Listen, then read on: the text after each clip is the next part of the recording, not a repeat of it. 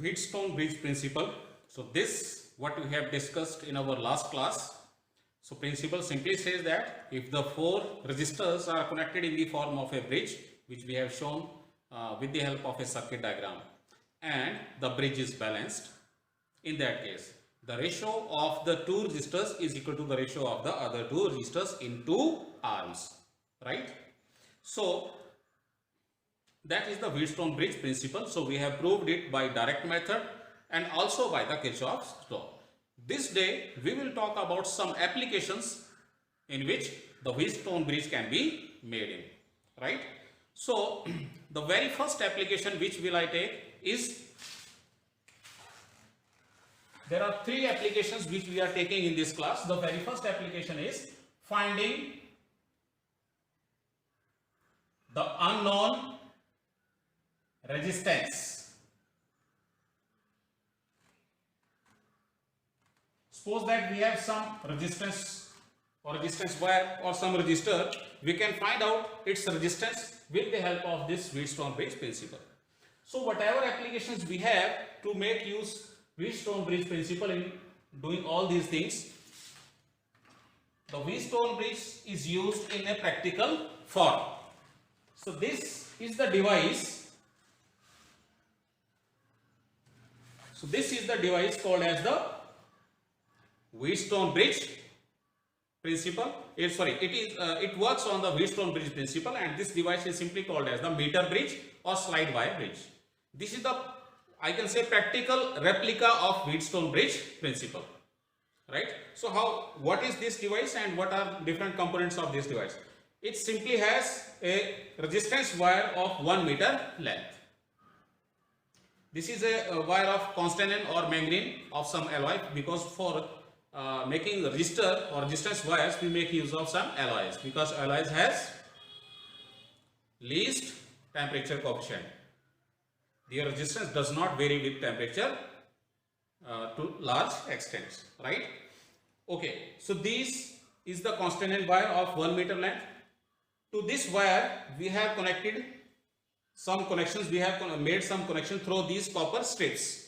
So we have used the strips here, here and here. These strips are used to avoid any interference of extra resistance with the resistance we are measuring. Okay, so we can say that from this end is called as A and this end is called as B. It is 0 here and it is 100 centimeter, which is at the other end. So to one end we have connected some, we connect some resistance called as resistance box, which is of known resistance. We call it R, right? And the wire whose resistance is to be found is to be connected between these two terminals. I hope it is clearly visible to everyone. So we connect the wire to be found whose resistance is to be found across these two terminals. And there is another terminal point here between these two, from where we connect a galvanometer, and other end of the galvanometer is slided over this resistance wire with the help of some pointer, right? So this is physically the device which I am showing here, and this is called as meter bridge or slide wire bridge. Its name is clear from its the physical structure, because the wire we are using it is of 1 meter length. That's why it is called as meter bridge, and it is also called as slide wire bridge, because for doing this we slide the pointer connected through galvanometer over the wire and slide it over the wire to a point where the galvanometer shows 0 deflection. So this is the device physically. So I am drawing this device in the circuit diagram on the board.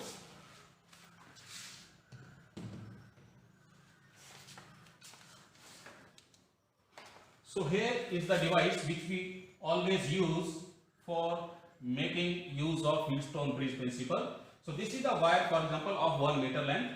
One end which is left, it is called as end A, and other one is B. You can give it any other name. This, across this wire, resistance wire, we are connected some source or battery, which is applying some potential across the two terminals of the battery. So this sending the current in this wire. Okay, so this is the wire across which we are attaching some source, which we have not shown on the device, but this is the circuit diagram. And A end, it is connected through metal strips, which is shown just like this. So we have one gap here where we connect some resistance, known resistance, called as, for example, we may connect here resistance box. Its value is taken as R. And the wire whose resistance is to be found, we connect it at the right slot. So this is the resistance whose value is to be found, for example. So we call its value to be X, for example, because it has to be found. And from the middle here, let me show it again. Sorry, here we have connected resistance box, and at the right slot we have connected the resistance wire, and across this wire we have applied some we can say potential difference with the help of some cell or battery. In laboratory we make use of battery alligators. Okay, so this is the structure, and from this point, which is the midpoint here, we connect a galvanometer just as this.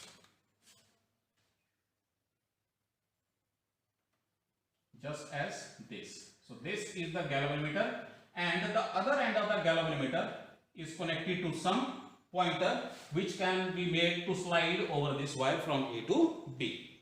So this is the circuit diagram for finding the unknown resistance with the help of the meter which works on the principle of Wheatstone bridge principle. So if there is a question, what is the principle of slide wire bridge or meter bridge? It is simply the Wheatstone bridge principle, which says that if four resistors are connected in a bridge form and bridge is balanced, then the ratio of the two arms is, ratio of resistance in the two arms is same. So you have to define it completely. So this is the situation. So how do we find this unknown resistance X? For that, we introduce some resistance from this resistance box. Suppose that resistance introduced is R. Always remember this diagram in mind.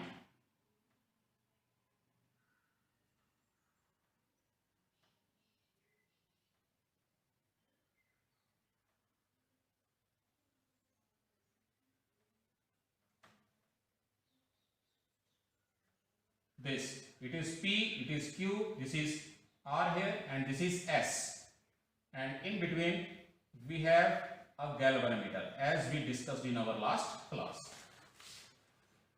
So it is R here, this is in place of S, we have X written as X here, you can also write S, and in place of P we have this portion of the wire, and in place of Q we have the remaining portion of the wire.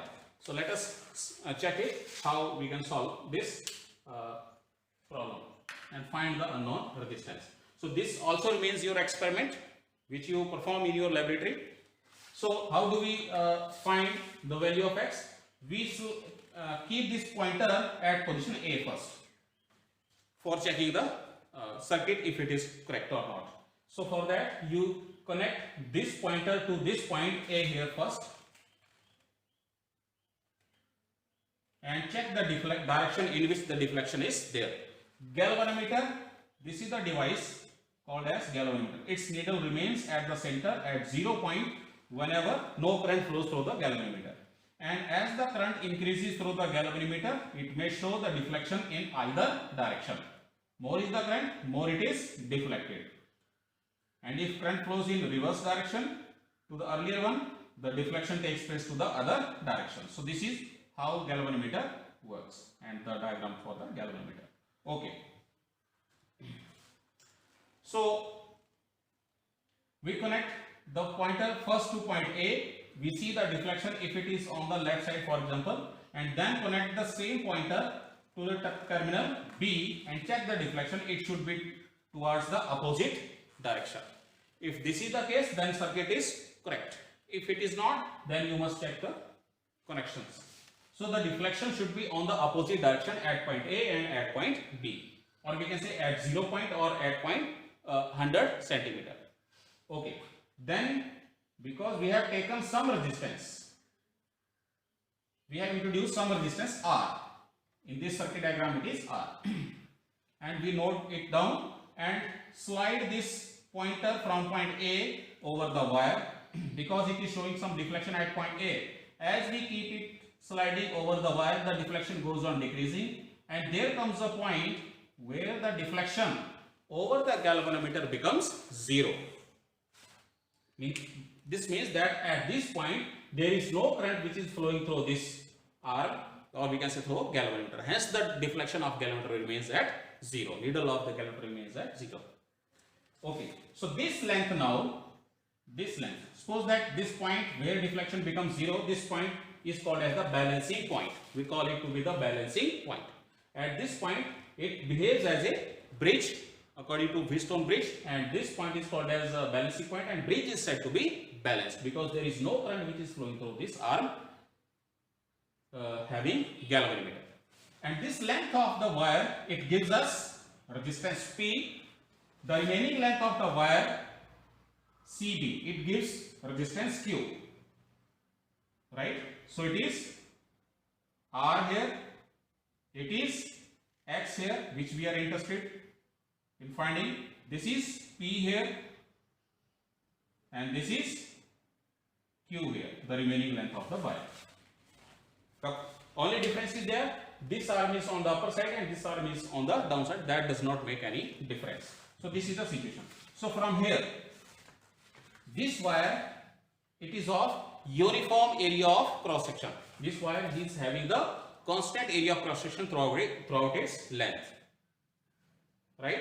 And material also does not change, and we maintain a constant current with the help of this battery. In that case, the resistance of any wire, we have general formula that it is equal to its resistivity into L upon A, where A is the area of cross section. Because it is the same wire which we are talking about, and it is made of same material throughout its length. So therefore rho and A, they are constant. So from here we understand that we can write R is proportional to simply how much length of the wire we are taking, right? So from this consideration or understanding, I am writing the resistance of this portion of the wire AC. So its resistance is, let me write it here, this is proportional to length AC. I am calling it L.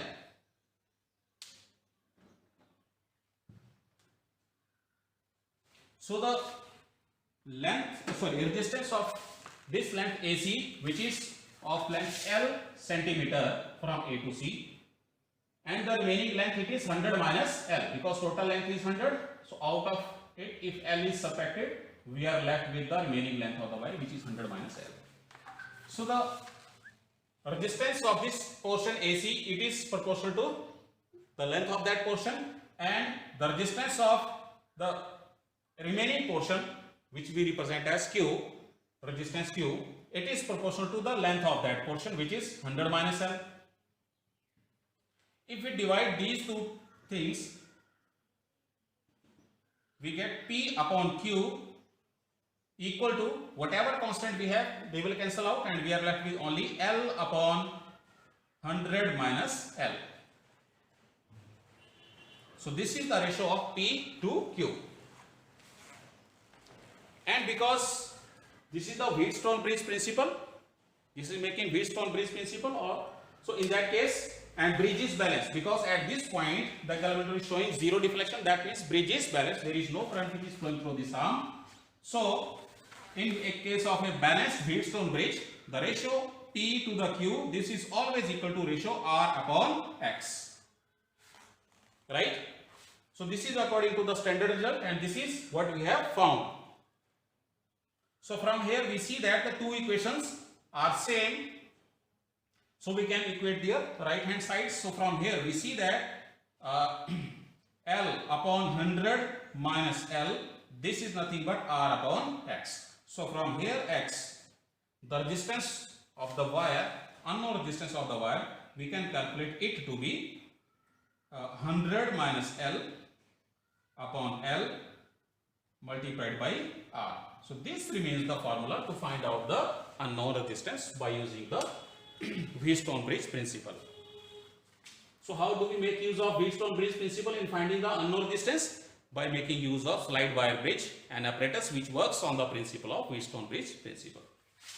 Okay. We can also compare the two resistors. We can also compare the two resistors. For example, we have given such two wires of different resistances and we have to compare. So for comparing resistances, we connect one wire at this terminal and find its resistance as we have just discussed, and we write the formula for it, which is X1. For example, the resistance of first wire, it is X1, which we find as it is 100 minus L. So because we have two wires, so for we say that we take that the length, balancing length for the first wire, it is L1. So it is 100 minus L1 upon L1 multiplied by R.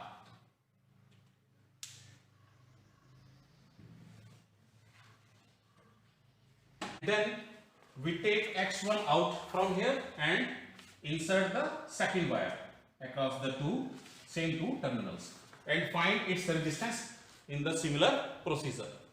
So we get the resistance of second wire, which is X2, which is for which if balancing length is taken as L2, so the formula for the resistance of that second wire becomes 100 minus L2 divided by L2 times R. So these are the two equations. So if we have to compare these two, we have to find out the ratio of these two. So we divide these two equations. So how do we find the ratio? Therefore, it is X1 upon X2, the ratio of the resistance of the two wires. This is how we compare the resistances. So this is equal to, so it is 100 minus L1. When you solve this, it becomes 100 minus L1 divided by L1 times R divided by 100 minus L2 divided by L2 multiplied by R. So R cancels out here and remaining terms just rearrange to give us this result. X1 upon X2, on comparison, this ratio comes out to be, it is L2 upon L1 into 100 minus L1 upon 100 minus L2 from this formula. So this is the formula which is comparing the resistance of the two wires. So we simply need the length, balancing length. It does not depend upon any kind of device of, or we can say measurement of potential or current.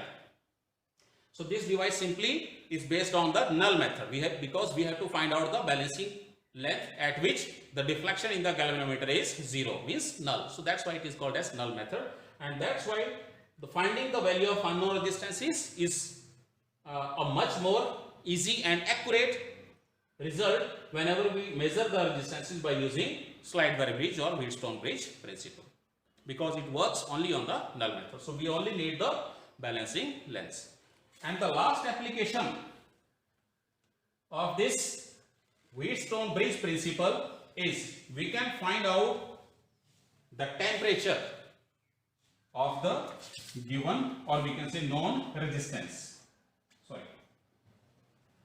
So for doing that, what we do, we take the same arrangement, make the connections in the similar manner. We connected some battery which sends some constant current through the wire AB having length 100 centimeter. At this end we have connected some known resistance box, and here we have some resistance. For example, it is R. Let me call it to be for example S. You can give it any name to the resistance, and this is galvanometer which is connected from the midpoint to the pointer, which keeps on sliding over the wires. Okay, so this is the situation. So we are interested in finding the temperature at which the wire has resistance R, right? So for doing that, we already know finding, this is the application, we are finding the temperature of resistance.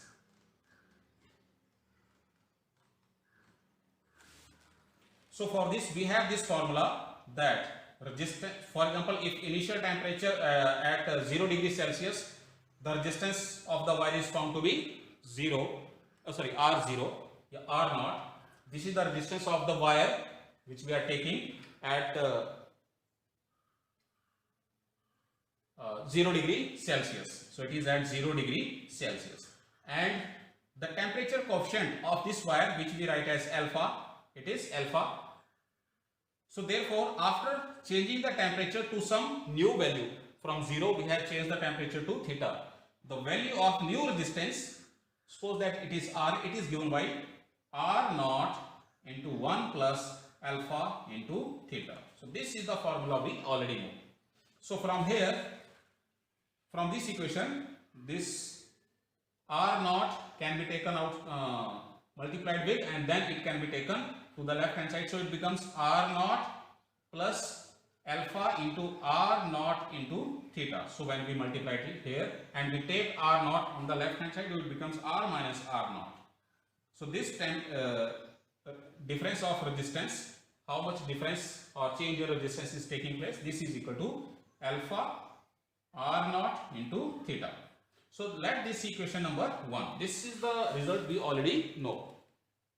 So what we have did here, we just found the resistance of the given wire at 0 degree Celsius. For that we create a ice bath and place this wire which is connected here in that ice bath and wait till the temperature becomes 0 degree Celsius. Once the temperature becomes 0 degree Celsius, after putting this resistance wire in a ice bath, so it becomes 0 degree Celsius. We have found its resistance, which is R0 here, right? Then we find the resistance of the same wire at 100 degree Celsius. So for example, we have the resistance R0. Suppose that at 100 degree Celsius, which is a known temperature, the resistance of the wire is R100, which we again find with the same method, for which we can write the equation as to be R0 into 1 plus alpha into 100. Here theta is 100 degree Celsius. We are writing the equation in the similar steps as the general result. Right? So we have did two things. We have found the resistance of the given wire at 0 degree Celsius at known temperature, and then we have found the resistance of the same wire at another known temperature at 100 degree Celsius. Right? We have found its resistance and written the expression for this two resistances. So from here it is R100 minus R0, just like this. It becomes equal to alpha into 100 into R0. Here theta is 100 because temperature is changed from 0 to theta, 0 to 100. Now we keep this same wire at some unknown temperature. That unknown temperature is theta, for example. Right? So at unknown temperature, if the resistance of wire we call it to be R, then these two equations hold. So for any unknown temperature theta, which we are willing to find out the temperature of the resistance wire, so at theta its resistance we measure according to the same method and write the formula for it. So now we have two equations for this, at 100 degree Celsius and at theta degree Celsius, and initial temperature is 0 degree Celsius. Okay, so from here, from these two equations, so I am writing this equation here, it becomes easy. So it is R100 minus R0, which is equal to alpha into R0 into 100. We divide these two equations. So on dividing these two equations, in the numerator we have R minus R0, and in the denominator we have, R100 minus R0. On the right hand side, alpha cancels out, R0 also cancels out, so we are left with only theta upon 100. So what is the unknown temperature theta?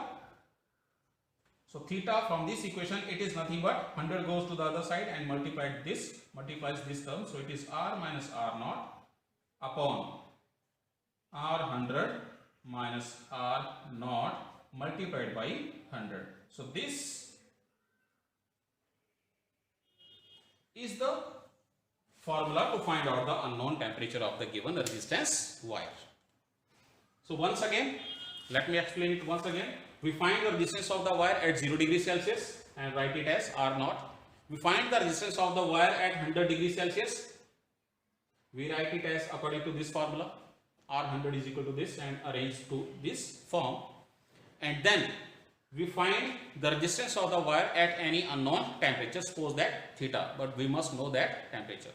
Okay. So for example, at that temperature, unknown temperature, we don't know the temperature which we have to find, its resistance is R, for example R. So therefore again we can write the formula for this unknown resistance at resistance at unknown temperature theta, and according to these two equations, when we divide these two, we get this formula. So here is the formula to find out the unknown temperature of the given wire, and hence the application of the Wheatstone bridge principle.